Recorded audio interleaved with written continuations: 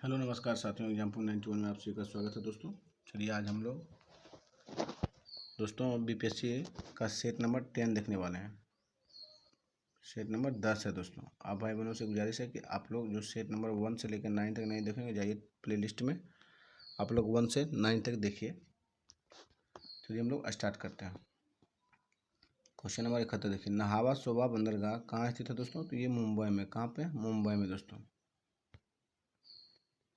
आप लोग ये जानते होंगे, इनमें से कोई नहीं होगा दोस्तों। गोवा बंदरगाह में कौन है दोस्तों? आप लोग जल्दी बताइए गोवा पर दोस्तों। चलिए हम कुछ बंदरगाह के नाम बताते हैं दोस्तों, आप लोग इसको जानिए। कांडला बंदरगाह कच्छ की खाड़ी में गुजरात में स्थित है दोस्तों। मोर्मुगावा बंदरगाह जो है गोवा में स्थित है दोस्तों, जुआरी नदी के तट पर है। और न्यू मंगलोर बंदरगाह जो है मंगलुरु में है दोस्तों, ये कर्नाटक में न्यू मंगलोर बंदरगाह दोस्तों। कोचीन बंदरगाह वेम्बनाड झील केरल में स्थित है दोस्तों।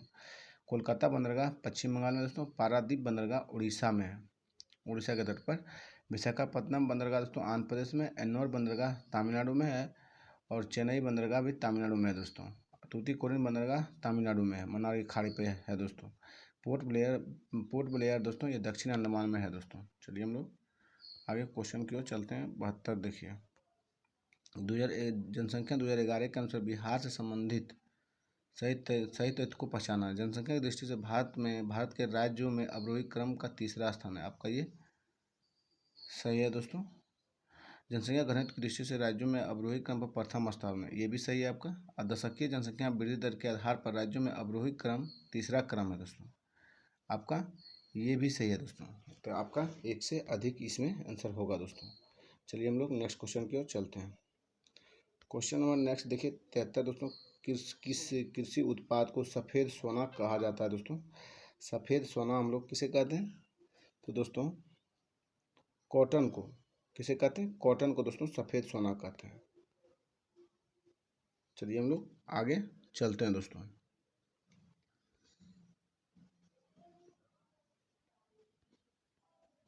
क्वेश्चन नंबर 74 देखिए, मानव शरीर को तरोताज़ा रखने के गुण से युक्त आरोग्य पाचा वनस्पति की उपस्थिति मुख्य रूप से भारत के किस क्षेत्र में है दोस्तों? मानव शरीर को तरोताज़ा रखने के गुण से मुक्त आरोग्य पाचा वनस्पति की उपस्थिति मुख्य रूप से भारत के किस क्षेत्र में है?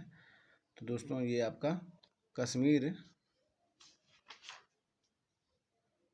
पश्चिमी घाट क्षेत्र में दोस्तों। किस क्षेत्र में? पश्चिमी घाट में दोस्तों।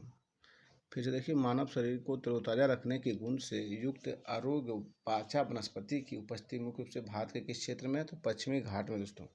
देखिए आरोग्य वाचा का वैज्ञानिक नाम टाइकोपस जिलेनिकस है दोस्तों। थकान मिटाने तथा तरोताज़ा बने रहने के लिए पश्चिम घाट के केरल क्षेत्र में कानी आदिवासी समुदाय के लोग आरोग्य पाचा के फल का सेवन पारंपरिक रूप से करते हैं। इस समुदाय के बाहर इस फल की उपयोगिता का ज्ञान लोगों को नहीं था दोस्तों।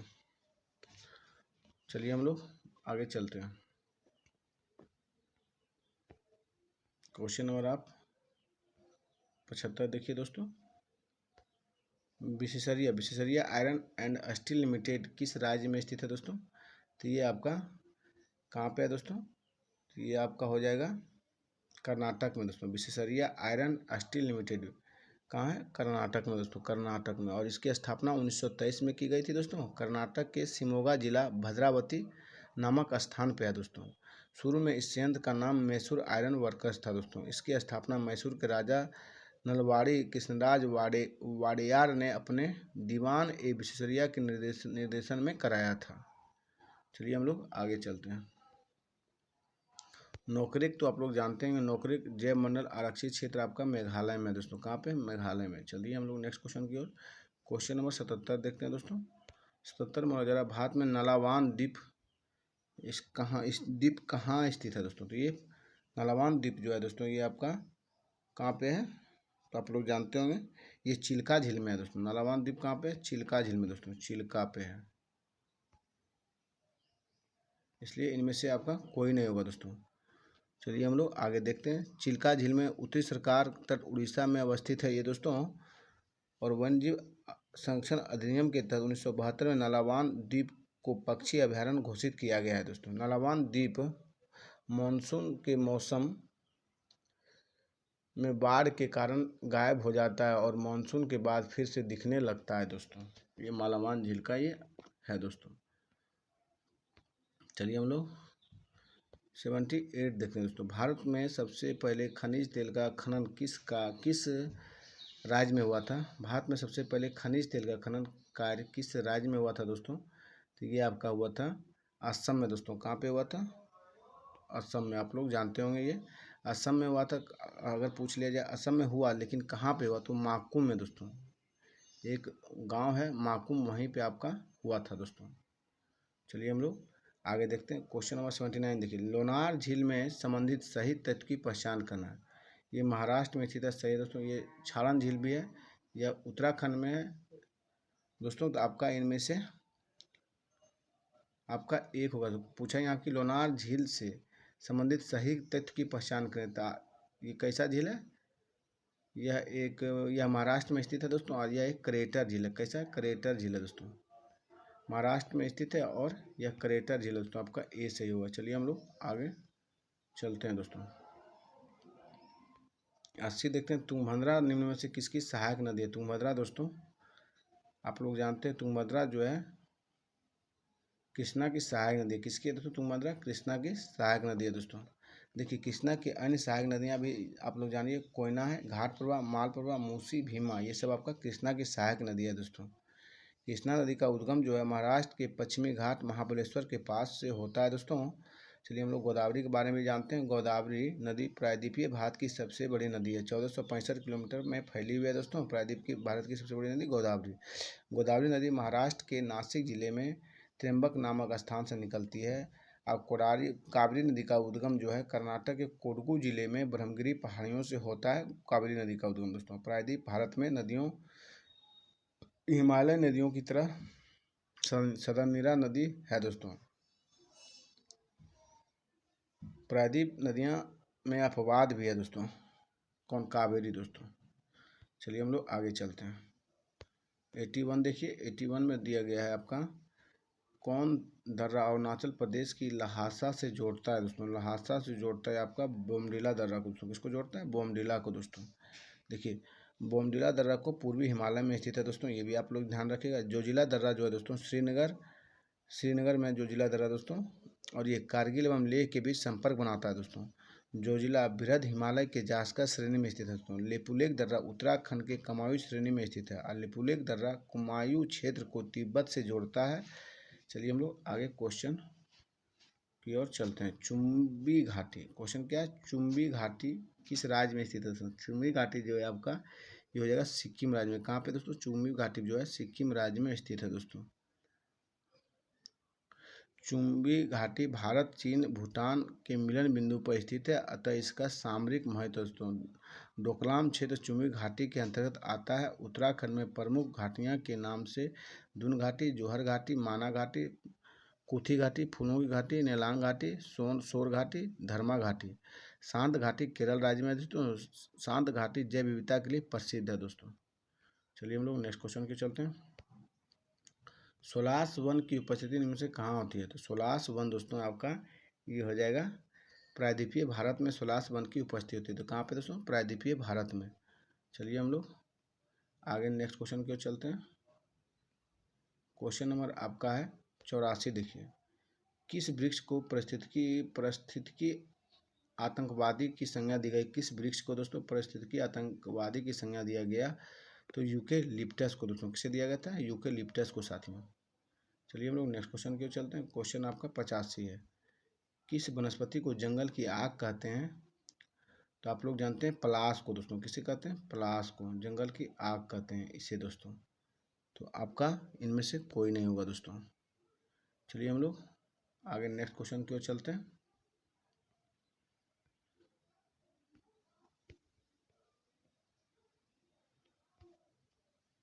क्वेश्चन नंबर 86 है दोस्तों, पिछले 2 दशक के दौरान बिहार में बाढ़ के मामले में कौन वर्ष सबसे अधिक आपदा वाला वर्ष माना गया है दोस्तों? तो 2007 को दोस्तों। किसे माना गया है? तो 2007 कैसे होगा दोस्तों? 2 दशक यानी 20 वर्ष हो गया। ये आपका 2004 में होगा। क्या होगा? 2004 दोस्तों। नहीं 2007 ही होगा दोस्तों, सॉरी। पिछले 2 दशक के दौरान बिहार में बाढ़ के मामले में कौन सा वर्ष सबसे अधिक आपदा वाला वर्ष घोषित किया था? 2007 को दोस्तों। इसमें 19 जिले को बुरी तरह से प्रभावित किया था दोस्तों। 2007 में बाढ़ आपदा की तरह 1300 लोग तथा हजारों पशुओं की जान गंवाई, मतलब मृत्यु हो गई थी दोस्तों। 87 देखिए, 2015 में बिहार में आए भूकंप रिएक्टर स्केल पर माप क्या है? 7.8 है दोस्तों। क्या मापा गया था 2015 में? जो बिहार में भूकंप का रिएक्टर स्केल का माप था क्या है? तो 7.8 था दोस्तों। चलिए हम लोग आगे चलते हैं। देखिए, बिहार से दिया गया, बिहार में कितने जिलों में मुख्यमंत्री बागवानी योजना का क्रियान्वयन किया जा रहा है दोस्तों? तो ये किया जा रहा है आपका साथियों 15 जिले में। कितने जिले में मुख्यमंत्री बागवानी योजना का कार्यान्वयन किया जा रहा है? 15 जिले में साथियों। चलिए नेक्स्ट क्वेश्चन की ओर चलते हैं। क्वेश्चन नंबर 89 देखिए, बिहार राज्य के किस शहर को वर्मी कंपोस्ट जिला माना जाता है दोस्तों? तो वर्मी कंपोस्ट जिला आपका बेगूसराय जिला को मानते हैं। किसको दोस्तों? बेगूसराय जिला को। चलिए क्वेश्चन नंबर आप 90 देखिए, कोसी बाढ़ नियंत्रण सिंचाई परियोजना डैश में स्थित है? तो ये आपका बिहार में स्थित है। कहाँ पे दोस्तों? बिहार में स्थित है। चलते हैं हम लोग नेक्स्ट क्वेश्चन की ओर। 91 देखिए, अफ्रीका की कौन सी नदी मकर रेखा को 2 बार काटती है? अफ्रीका की कौन सी नदी मकर रेखा को 2 बार काटती है दोस्तों? ये आपका हो जाएगा लिम्पोपो दोस्तों। मकर रेखा को जो 2 बार काटती है वो कौन सी नदी है? तो साथियों आपका लिम्पोपो है दोस्तों। देख चलिए, कांगो नदी जो है विषुवत रेखा को 2 बार काटती है, ये भी ध्यान रखिएगा आप लोग। और माही नदी जो है कर्क रेखा को 2 बार काटती है। चलिए हम लोग नेक्स्ट क्वेश्चन की ओर चलते हैं। क्वेश्चन नंबर 92 दोस्तों, सार्क का सचिवालय कहाँ स्थित है दोस्तों? सार्क का सचिवालय ये आपका काठमांडू में स्थित है। कहाँ पे दोस्तों? काठमांडू में। चलिए हम लोग, इसकी स्थापना कब हुई दोस्तों? तो 2007 में हुआ, 1985 में दोस्तों। सार्क की स्थापना 8 दिसंबर 1985 को ढाका में हुआ था दोस्तों। सार्क में पहले 7 सदस्य दोस्तों, अभी 8वां सदस्य आपका अफगानिस्तान बना है अप्रैल 2007 में दोस्तों। चलिए हम लोग आगे चलते हैं। क्वेश्चन नंबर हम लोगों का है 93 दोस्तों। देखिए, तूफानी चालीसा किसे कहते हैं? तो दक्षिणी गोलार्ध में 40 से 60 डिग्री दक्षिण के बीच चलने वाली हवाओं को क्या कहते हैं? तो दोस्तों हम लोग तूफानी चालीसा कहते हैं। तूफानी चालीसा किसे कहते हैं? दक्षिणी गोलार्ध में 40 से 60 डिग्री दक्षिण के बीच चलने वाली हवाओं को तूफानी चालीसा कहते हैं दोस्तों। क्वेश्चन नंबर 94 देखिए, बोला जा रहा है पुलिकट सूची 1 सूची 2 को मिलाना है। पुलिकट झील आपका हो जाएगा तमिलनाडु में साथियों, चिल्का झील हो जाएगा आपका उड़ीसा में, और बुलर झील आपका जम्मू कश्मीर में, और सांभर झील आपका राजस्थान में दोस्तों। चलिए नेक्स्ट क्वेश्चन की ओर चलते हैं हम लोग। क्वेश्चन नेक्स्ट में बोला जा रहा है दोस्तों 95 देखिए, बिहार के भौगोलिक क्षेत्र का लगभग कितना प्रतिशत बाढ़ प्रभावित है दोस्तों? तो 73.23% बिहार का बाढ़ प्रभावित है दोस्तों। आपका इसमें इनमें से कोई नहीं हो जाएगा दोस्तों। चलिए हम लोग नेक्स्ट क्वेश्चन की ओर चलते हैं। क्वेश्चन नंबर 96 देखिए, 20वीं सदी के उत्तरार्ध बिहार का सबसे बड़ा अकाल किस वर्ष हुआ था दोस्तों? तो 1967 में हुआ था दोस्तों। 20वीं सदी के दौरान उत्तरार्ध में बिहार में सबसे बड़ा अकाल जो हुआ था 1967 में हुआ था दोस्तों। और उसके बाद इससे भी पूर्व अगर पूछ लिया जाए तो 1951 में भी एक बड़ा अकाल पड़ा था बिहार में दोस्तों। और 1984 में भी बिहार में अकाल की स्थिति बनी थी 1984 में दोस्तों। चलते हैं हम लोग नेक्स्ट क्वेश्चन की ओर। क्वेश्चन नंबर आपका 97 है दोस्तों। 97 में बोला जा रहा कि बिहार सरकार द्वारा शून्य कार्बन उत्सर्जन का लक्ष्य कब रखा गया दोस्तों? तो ये 2040 तक रखा गया। शून्य कार्बन का जो लक्ष्य रखा गया 2040 तक दोस्तों। इसलिए इनमें से कोई नहीं होगा। देखिए, सभी घरों में प्रीपेड मीटर जो लगाया जाएगा वे 2025 तक में लक्ष्य रखा गया। 60% साक्षरता प्राप्ति 2030 तक दोस्तों। हेपेटाइटिस समाप्ति 2030 तक, टीबी समाप्ति 2025 तक, एड्स समाप्ति 2030 तक दोस्तों लक्ष्य रखा गया बिहार में। चलिए बिहार में देखिए, बिहार में सर्वाधिक अनुसूचित जनजाति जनसंख्या वाला राज्य आपका पश्चिम चंपारण है। कौन सा राज्य है दोस्तों? पश्चिम चंपारण। चलते हैं हम लोग 99 क्वेश्चन की ओर चलते हैं दोस्तों। देखिए, क्वेश्चन बोला जा रहा है कि पर्यावरणीय आयोजन के समानता मूल संबंधित संगठन कौन सा? तो नीरी है दोस्तों। कौन है? नीरी दोस्तों। आपका ये होगा दोस्तों। चलिए हम लोग आगे चलते हैं, क्वेश्चन नंबर हम लोग 100 देखते हैं। पृथ्वी सूर्य से अपनी अधिकतम दूरी पर होता है दोस्तों। तो अधिकतम दूरी पूछा, ये आप लोग ध्यान रखिएगा। अधिकतम दूरी जो है पृथ्वी जो सूर्य से अधिकतम दूरी 4 जुलाई को है दोस्तों। कब है? 4 जुलाई दोस्तों। और सबसे नज़दीक अगर पूछ लिया जाए तो 3 जनवरी होगा, ये भी ध्यान रखिएगा आप लोग। इसे उपसोर कहते हैं और इसे अपसोर कहते हैं दोस्तों। आपका हो जाएगा इनमें से कोई नहीं दोस्तों। चलिए हम लोग आगे की ओर बढ़ते हैं दोस्तों।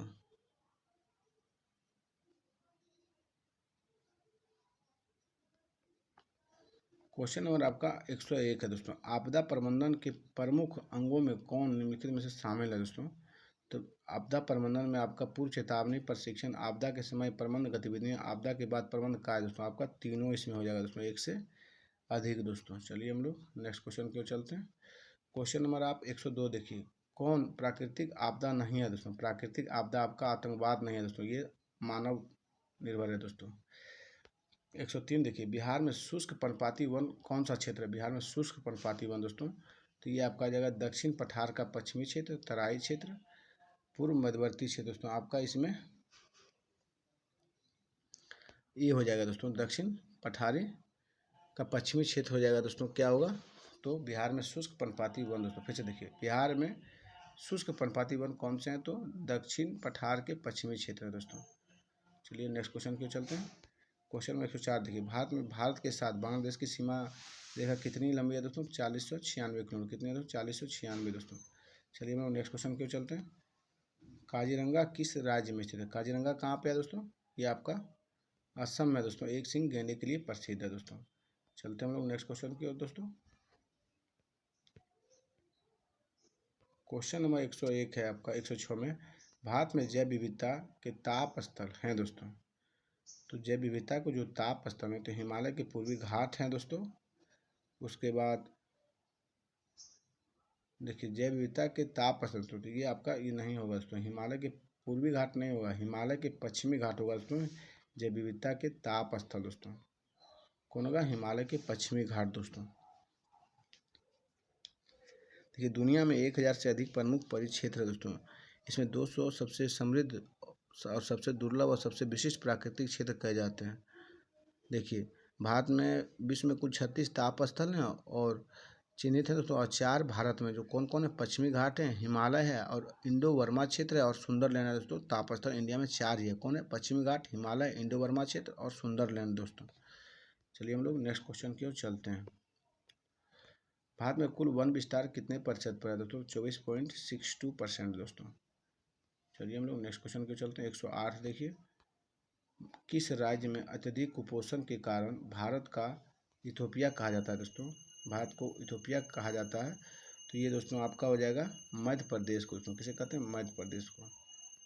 चलिए हम लोग आगे देखते हैं। क्वेश्चन नंबर 109 देखिए।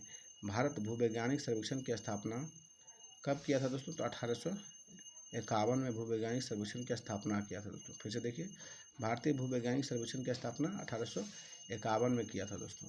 चलिए नेक्स्ट क्वेश्चन की ओर। खरीफ की फसल बोई जाती है दोस्तों। कब बोई जाती है खरीफ की फसल? तो दक्षिण पश्चिम मानसून के प्रारंभ में दोस्तों खरीफ की फसल बोई जाती है, दक्षिण पश्चिम मानसून के प्रारंभ होने पर दोस्तों। चलते हम लोग नेक्स्ट क्वेश्चन की ओर। क्वेश्चन 111 देखिए। भारत शासन अधिनियम 1935 द्वारा निम्न किस राज्य में द्विसदनीय व्यवस्था आरंभ की गई थी दोस्तों? द्विसदनीय व्यवस्था जो आरंभ की गई थी, तो ये हो जाएगा आपका एक से अधिक दोस्तों। बम्बई और बंगाल में है ही, बिहार और असम में भी है।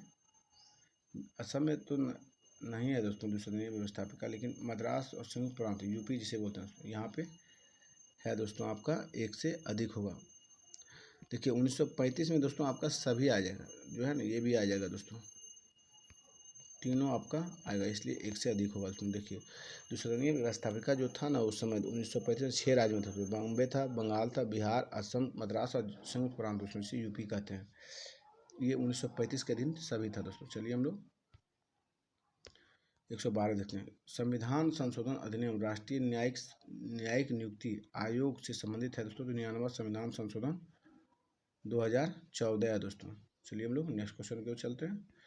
तो नेक्स्ट क्वेश्चन में बोला जा रहा है कि किस संविधान संशोधन अधिनियम द्वारा मकान मालिक एवं किराएदारों के बीच विवाद को शीघ्र निपटाने के लिए न्यायाधिकरणों की स्थापना का प्रावधान किया जाएगा। तो 75वां संविधान संशोधन 1993 दोस्तों। कौन सा है? 75वां संविधान संशोधन 1993 दोस्तों। चलिए हम लोग नेक्स्ट क्वेश्चन की ओर चलते हैं। क्वेश्चन नंबर आपका 114 है दोस्तों। 2006 में बिहार पंचायत राज अधिनियम के अनुसार ग्राम पंचायत की स्थापना के लिए आबादी की शर्त क्या है दोस्तों? तो 7,000 पर एक ग्राम पंचायत की स्थापना की जाएगी दोस्तों 2006 में। चलिए हम लोग नेक्स्ट क्वेश्चन की ओर चलते हैं। क्वेश्चन नंबर आपका नेक्स्ट में कहाँ पे है, चलिए देखते हैं। चिपको आंदोलन का प्रारंभ किस राज्य में हुआ था दोस्तों? चिपको आंदोलन का जो प्रारंभ हुआ था ये उत्तराखंड में हुआ था। कहाँ पे दोस्तों? उत्तराखंड में। चलिए हम लोग नेक्स्ट क्वेश्चन की चलते हैं। 116 देखिए, ताड़ी विरोधी आंदोलन किसके द्वारा चलाया गया था? तो ताड़ी विरोधी जो महिलाओं द्वारा चलाया गया था। कहाँ पे चलाया गया ये भी आप कभी पूछ लिया जाता है दोस्तों। तो ये दक्षिण भारत में आंध्र प्रदेश में महिलाओं द्वारा चलाया गया था दोस्तों। कहाँ पे? आंध्र प्रदेश में दोस्तों।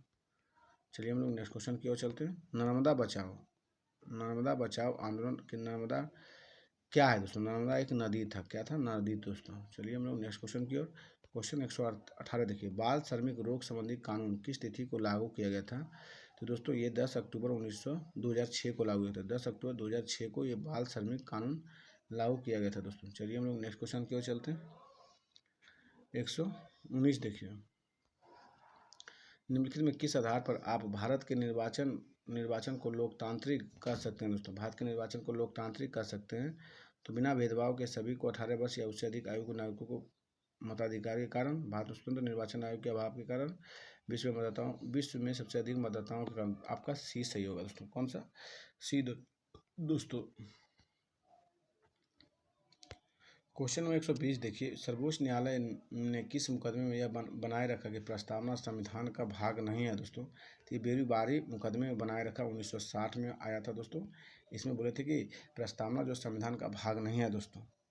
चलिए हम लोग आगे। और केशवा भारती बनाम 1973 में दोस्तों इसमें संविधान में संशोधन करने की प्रस्तावना संशोधन करने की अनुमति दे दी थी दोस्तों, मूल ढांचा छोड़ के दोस्तों।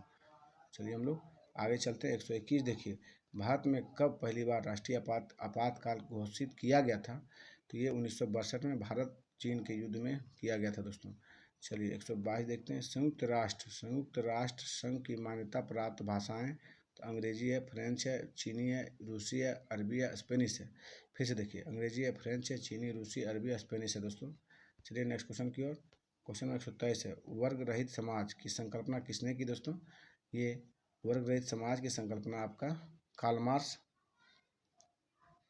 किए थे दोस्तों। कौन किए थे? कार्ल मार्क्स दोस्तों। कार्ल मार्क्स वर्ग रहित समाज की संकल्पना किए थे। चलिए हम लोग क्वेश्चन नंबर 124 देखते हैं। प्रभु सत्ता और द्वैत का समर्थन किया था दोस्तों।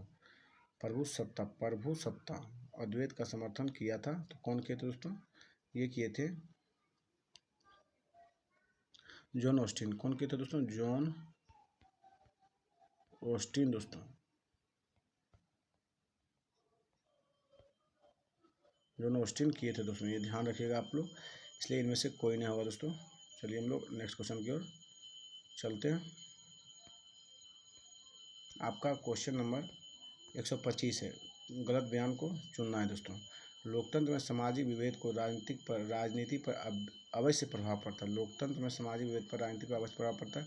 लोकतंत्र सामाजिक विभेद के आधार पर देश को विखंडित करने में सहायक होता है। ये आपका गलत है दोस्तों। आपका जो है बी ही गलत है दोस्तों। उसके बाद आपका ए और सी सही है। लोकतंत्र को सामाजिक विभेद से उत्पन्न समस्याओं को हल ढूंढने की अच्छा तरीका मानता है। सही बात है दोस्तों। चलिए हम लोग नेक्स्ट क्वेश्चन की ओर चलते हैं। क्वेश्चन नंबर 126 देखिए, किसने कहा न्याय वह गुण है जो राज्य में निवास करता है? तो दोस्तों ये बोले थे कौन दोस्तों? जावेद। किसने कहा न्याय वह गुण है जो राज्य में निवास करता है? तो जावेद का ये स्टेटमेंट है दोस्तों। चलिए, क्रीमी लेयर संकल्पना से तात्पर्य है दोस्तों। क्रीमी लेयर वो है सामाजिक स्तर के आधार पर वर्गीकरण, जातियों के आधार पर वर्गीकरण, आर्थिक स्तर के आधार पर वर्गीकरण दोस्तों। क्रीमी लेयर का मतलब क्या हुआ कि आर्थिक स्तर पर वर्गीकरण करना है दोस्तों। जो आर्थिक रूप से पिछड़ा है उसको आरक्षण देना है दोस्तों। क्रीमी लेयर में यही प्रावधान किया गया था। क्वेश्चन नंबर 128 देखिए, नकारात्मक स्वतंत्रता का अर्थ क्या होता है? बंधनों का अभाव दोस्तों। नकारात्मक मतलब बंधनों का अभाव होगा। नकारात्मक स्वतंत्रता का अर्थ होता है बंधनों का अभाव दोस्तों। आपका ए हो जाएगा। चलिए हम लोग नेक्स्ट क्वेश्चन की ओर। सकारात्मक स्वतंत्रता का अर्थ क्या होता है? सकारात्मक स्वतंत्रता का दोस्तों, सकारात्मक का होता है आत्मविश्वास के लिए वास्तविक अवसर दोस्तों, आत्मविश्वास के लिए वास्तविक स्तर हो जाता है सकारात्मक स्वतंत्रता का अर्थ दोस्तों। चलिए हम लोग नेक्स्ट क्वेश्चन पे चलते हैं। कानून, कानून और स्वतंत्रता से संबंध, कानून और स्वतंत्रता में संबंध है, क्योंकि दोस्तों कानून और स्वतंत्रता एक दूसरे से पूरक हैं। कानून और स्वतंत्रता में संबंध है क्योंकि कानून और स्वतंत्रता एक दूसरे के पूरक है साथियों। चलिए हम लोग नेक्स्ट क्वेश्चन की ओर चलते हैं। क्वेश्चन आपका 130 है। सांप्रदायिकता सही अर्थ क्या होता है? अपने धर्म में निष्ठा। सांप्रदायिकता सही अर्थों में दोस्तों अपने धर्म में निष्ठा, अपने धर्म को सभी धर्मों से श्रेष्ठ समझना। सांप्रदायिकता का सही अर्थ आपका ये होगा दोस्तों कि सभी धर्मों को अपने धर्मों को सभी धर्मों में श्रेष्ठ समझना, ये सांप्रदायिकता का उद्देश्य है दोस्तों। क्वेश्चन नंबर 132 देखिए, विकास का क्या अर्थ होता है? विकास समाज के सभी लोगों की भलाई, केवल समाज के धनी लोगों से गलत है, सिर्फ दलित ये गलत है। समाज के सभी लोगों की भलाई विकास का मतलब हुआ दोस्तों। 133 देखिए, किसका सिद्धांत है कि व्यक्ति चाहे बदल जाए पर नियम नहीं बदलने चाहिए दोस्तों? ये किनका स्टेटमेंट है? ये आपका संवैधानिक सरकार का स्टेटमेंट है दोस्तों। किसका? संवैधानिक सरकार का स्टेटमेंट कि व्यक्ति चाहे बदल जाए पर नियम नहीं बदलना चाहिए। चलिए हम लोग नेक्स्ट क्वेश्चन की ओर चलते हैं। नेक्स्ट क्वेश्चन में आपका है क्वेश्चन नंबर 134 देखिए, चौथी सत्ता मतलब चौथी सत्ता का प्रयोग किसके लिए होता है? तो प्रेस और समाचार पत्र के लिए दोस्तों। किसके लिए? प्रेस और समाचार पत्र के लिए चौथी सत्ता का प्रयोग होता है दोस्तों, आपका ए होगा। चलिए हम लोग नेक्स्ट देखते हैं। देश, कौन से देश संयुक्त राष्ट्र संघ सुरक्षा परिषद के अस्थायी सदस्य हैं दोस्तों? तो यूएसए है, रूस है, यूके है, फ्रांस है और चीन है दोस्तों। आपका बी होगा दोस्तों। कौन सा होगा? बी दोस्तों। चलिए हम लोग एक बार इसको फिर से बताते हैं। यूएसए हो गया, रूस हो गया, यूके और फ्रांस और चीन दोस्तों। चलिए हम लोग नेक्स्ट क्वेश्चन की ओर चलते हैं। राज्य पुनर्गठन आयोग का गठन किस वर्ष हुआ था? राज्य पुनर्गठन आयोग का गठन दोस्तों किस वर्ष हुआ था? तो ये 1953 में हुआ था। कब हुआ था दोस्तों? 1953 में राज्य पुनर्गठन आयोग का गठन हुआ था। चलिए हम लोग नेक्स्ट क्वेश्चन चलते हैं। 137, 1972 में किस राज्य के हिस्से को अलग कर मेघालय राज्य का निर्माण किया गया दोस्तों? मेघालय को असम से अलग किया गया था। किससे दोस्तों? असम से मेघालय को काट के बनाया गया था। चलिए हम लोग 138 देखते हैं। मंत्रिमंडल पद्धति सामूहिक जिम्मेदारी निम्नलिखित में किस देश की देन है दोस्तों? ये आपका ब्रिटेन की देन है। किसकी दोस्तों? ब्रिटेन की देन है। मंत्रिमंडल पद्धति सामूहिक रूप से किसकी जिम्मेदारी है? तो ब्रिटेन की दोस्तों। चलिए हम लोग आगे चलते हैं। विधायिका के क्षेत्र में राज्यपाल को क्या संवैधानिक शक्तियां प्राप्त है? विधायिका के क्षेत्र में राज्यपाल को क्या संवैधानिक शक्तियां प्राप्त है? तो विधानमंडल में बैठक बुलाने तथा उसे संबोधित करना, विधान परिषद को 1/6 सदस्यों को मनोनीत करना, अध्यादेश जारी करना और विधानमंडल में पारित विधेयकों को स्वीकृति प्रदान करना दोस्तों। तो क्या हो जाएगा? तो दोस्तों इसमें आपका डी होगा दोस्तों। आपका एक भी गलत नहीं है इसमें दोस्तों, सभी आपका सही है। चलिए हम लोग आगे चलते हैं। क्वेश्चन नंबर आपका 140 है। किसने उच्चतम न्यायालय के न्यायाधीश तथा लोकसभा अध्यक्ष के पदों को सुशोभित करता है, सुशोभित किया दोस्तों? तो ये आपका एम हिदायतुल्लाह थे। कौन थे? एम हिदायतुल्लाह। फिर से पढ़िए क्वेश्चन दोस्तों। किसने उच्चतम न्यायालय के न्यायाधीश तथा लोकसभा अध्यक्ष के पद को सुशोभित किया? तो आपका हो जाएगा तो AKS हेगड़े दोस्तों, क्योंकि वे लोकसभा अध्यक्ष भी थे दोस्तों। और एम हिदायतुल्लाह जो थे सिर्फ न्यायाधीश थे दोस्तों, उच्चतम न्यायालय के न्यायाधीश थे। ये राष्ट्रपति बने लेकिन ये लोकसभा अध्यक्ष नहीं थे दोस्तों, इसलिए आपका ये गलत हो गया। चलिए हम लोग नेक्स्ट क्वेश्चन की ओर चलते हैं। क्वेश्चन नंबर आपका 141 है। वह देश कौन सा है जिसका राज्याध्यक्ष वंशानुगत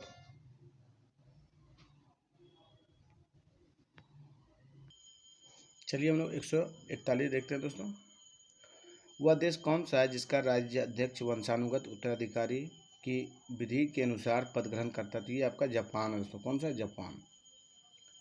चलिए हम लोग जापान है, इंग्लैंड है, ये सब जो राज्य है ये वंशानुगत उत्तराधिकारी के रूप में राष्ट्राध्यक्ष बनते हैं दोस्तों, राज्याध्यक्ष। चलिए हम लोग आगे देखते हैं। 142 है। प्रत्येक को उसकी क्षमता के अनुसार वे स्थान पर प्रत्येक को उसकी आवश्यकताओं के अनुसार, यह सिद्धांत किसका है दोस्तों? क्या बोला गया? फिर से पढ़िए। प्रत्येक को उसकी क्षमता के अनुसार डैश के स्थान पर प्रत्येक को उसकी आवश्यकता के अनुसार, यह सिद्धांत किसका है? तो ये साम्यवाद का है दोस्तों। किसका है? साम्यवाद का है दोस्तों। चलिए हम लोग आगे चलते हैं, क्वेश्चन हम लोग नेक्स्ट देखेंगे दोस्तों। 43 देखिए, 143 है। किसने कहा राजनीति में विवाद की एक सक्रिय प्रक्रिया समझता हूँ? राजनीति को मैं विवाद की एक सक्रिय प्रक्रिया समझता हूँ, किसने कहा था दोस्तों? ये बोले थे एल लिप्सन दोस्तों। कौन बोले थे? एल लिप्सन। राजनीति को मैं विवाद की एक सक्रिय प्रक्रिया समझता हूँ, एल लिप्सन बोले थे दोस्तों। चलिए हम लोग नेक्स्ट क्वेश्चन की ओर चलते हैं। चलिए देखिए, क्वेश्चन नंबर आपका 144 में है दोस्तों, किसका मिलान सही नहीं है? चलिए, हिंदू विवाह अधिनियम 1955 सही है दोस्तों। गर्भ विकास विकसित समापन अधिनियम 1971 ये भी आपका सही है दोस्तों। लेकिन महिला और घरेलू हिंसा अधिनियम जो 1990 दिया गया है, ये आपका गड़बड़ है दोस्तों, क्योंकि ये आपका 2005 में हुआ था। कब हुआ था? 2005 में दोस्तों, इसलिए आपका सी गलत है। यहाँ गलत पूछा तो आपका सी है दोस्तों। चलिए हम लोग आगे चलते हैं, क्वेश्चन 145 देखिए, ब्लॉक स्तर पर पंचायत समिति कौन होते हैं? तो आप लोग जानते हैं कि ब्लॉक स्तर पर जो पंचायत समिति होते हैं वे प्रशासनिक प्राधिकरण होते हैं दोस्तों। क्या होते हैं? प्रशासनिक प्राधिकरण होते हैं।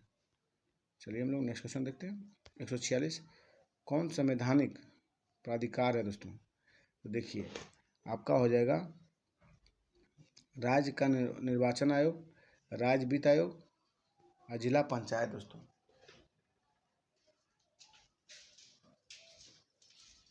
कौन संवैधानिक प्राधिकार है? तो नीचे दिए गए कोट में देख रहे हैं हम लोग, फिर से देख लेते हैं। आपका हो जाएगा राज्य निर्वाचन आयोग, राज्य वित्त आयोग और जिला पंचायत दोस्तों। आपका एक से अधिक हो जाएगा। क्या होगा? एक से अधिक दोस्तों। सिर्फ जिला अधिकार राज्य निर्वाचन अधिकारी नहीं होता, यहाँ पे ये गलत स्टेटमेंट है दोस्तों। चलिए हम लोग 147 देखिए, किसकी संस्तुति पर भारतीय संविधान में मूल कर्तव्य को शामिल किया गया था? तो सरदार स्वर्ण सिंह समिति की सिफारिश पे दोस्तों मूल कर्तव्य को संविधान में शामिल किया गया था दोस्तों। कब किया गया था? तो 42वां संविधान संशोधन 1976 में दोस्तों। चलिए हम लोग आगे चलते हैं, वर्तमान में भी 11 मूल कर्तव्य हैं दोस्तों। चलिए हम लोग नेक्स्ट क्वेश्चन की ओर चलते हैं, 148 देखिए, किसने कहा संसदीय लोकतंत्र का अर्थ है कि एक व्यक्ति और एक मत? ये BR अम्बेडकर बोले थे। कौन बोले थे दोस्तों? डॉक्टर भीमराव अम्बेडकर, BR अम्बेडकर, उन्हीं को बोलते हैं दोस्तों। चलिए हम लोग आगे देखते हैं, 154 में देखिए आपका हो जाएगा भारत के राष्ट्रपति का निर्वाचन दोस्तों। 75 में आपका प्रधानमंत्री की मंत्रिपरिषद की नियुक्ति हो जाएगा। 155 में राज्य के राज्यपाल की नियुक्ति और राज्य के मुख्यमंत्री दोस्तों। 164 में राज्य के मुख्यमंत्री और मंत्रिपरिषद की नियुक्ति होगा दोस्तों। फिर से देखिए, 54 में आपका हो जाएगा भारत के राष्ट्रपति का निर्वाचन। 75 में हो जाएगा प्रधानमंत्री और मंत्रिपरिषद की नियुक्ति। 155 में हो जाएगा राज्य के राज्यपाल की नियुक्ति और 164 में हो जाएगा राज्य के मुख्यमंत्री और मंत्रिपरिषद की नियुक्ति दोस्तों। चलिए हम लोग नेक्स्ट क्वेश्चन की ओर चलते हैं, क्वेश्चन आपका 150 है, स्विच संघीय सभा के 2 चैम्बर को क्या कहा जाता है? तो राष्ट्रीय परिषद और राज्य परिषद, national council and council of state कहा जाता है। क्या कहा जाता है? राष्ट्रीय परिषद और राज्य परिषद, मतलब national council and council of state कहा जाता है दोस्तों स्विच संघीय सभा के 2 चैम्बरों को दोस्तों। चलिए आपका वीडियो यहीं स्टॉप होता है दोस्तों, धन्यवाद। आप लोग 1 से 2 बार जरूर से जरूर इस वीडियो को देखिएगा और वीडियो अच्छा लगे चैनल को जरूर सब्सक्राइब कीजिएगा दोस्तों। चलिए हम लोग स्टॉप करते हैं।